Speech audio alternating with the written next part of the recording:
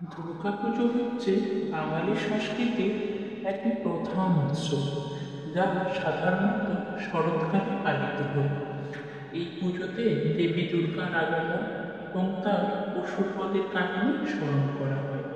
সাধারণত পুজোর আগে প্রস্তুতি শুরু হয় এবং পুজোর সময় বিভিন্ন ধর্মীয় অনুষ্ঠান, সাংস্কৃতিক অনুষ্ঠান ও প্যারেডের আয়োজন করা হয়।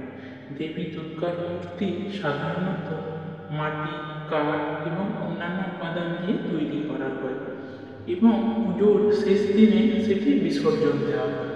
এই সময় পরিবার ও বন্ধুদের নিয়ে একত্রিত হয়ে ভোজন, আনন্দ ও উদযাপনের মাধ্যমে উৎসবের আনন্দ বাড়ানো হয়। দুর্গাপুজো শুধু ধর্মীয় অনুষ্ঠান নয়, বরং এটি একটি সামাজিক ও সাংস্কৃতিক মিলন মেলা। দুর্গাপুজো বাঙালি সংস্কৃতির একটি অতি গুরুত্বপূর্ণ উৎসব। প্রতি বছর শরতের রাতে এসে পুজো হয়। পুজোর প্রস্তুতি শুরু হয় মাসখানেক আগে। প্রতিটি পাড়া, মহল্লা এবং পরিবার মিলে দুর্গাপুজোর পরিকল্পনা করে। মণ্ডপ নির্মাণ, মূর্তি তৈরি, ফুলদীপের ব্যবস্থা সবকিছুতেই চলে প্রাণের স্পন্দন। নারীরা নিজেদের হাতে তৈরি করেন চুড়ি, শাড়ি, আর পুরুষেরা ব্যস্ত থাকেন মণ্ডপ সাজাতে।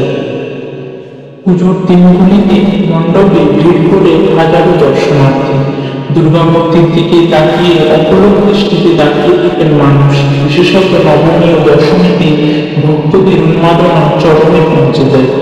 পুরনো বন্ধু, পরিবার সবাই একত্রিত হন। সারাদিনের ব্যস্ততার পর সন্ধ্যায় আরতির সময় মণ্ডপে এক ভিন্ন ধরনের শান্তি বিরাজ করে। পুজোর দিনগুলোতে নানা ধরনের খাবার তৈরি হয়। ভোগ হিসেবে থাকে পুলি, খিচুড়ি, নাড়ু, সন্দেশ, সবকিছুই যেন এক নতুন আনন্দ নিয়ে আসে।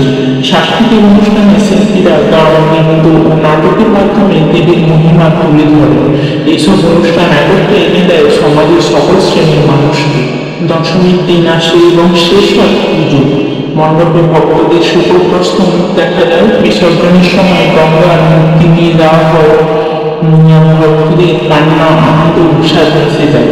এটি যেন প্রতিবারের এক নতুন শুরু, কারণ দেবী দুর্গা আবার ফিরবেন। ভিডিওটা কেমন লাগলো অবশ্যই জানাতে ভুলবেন না।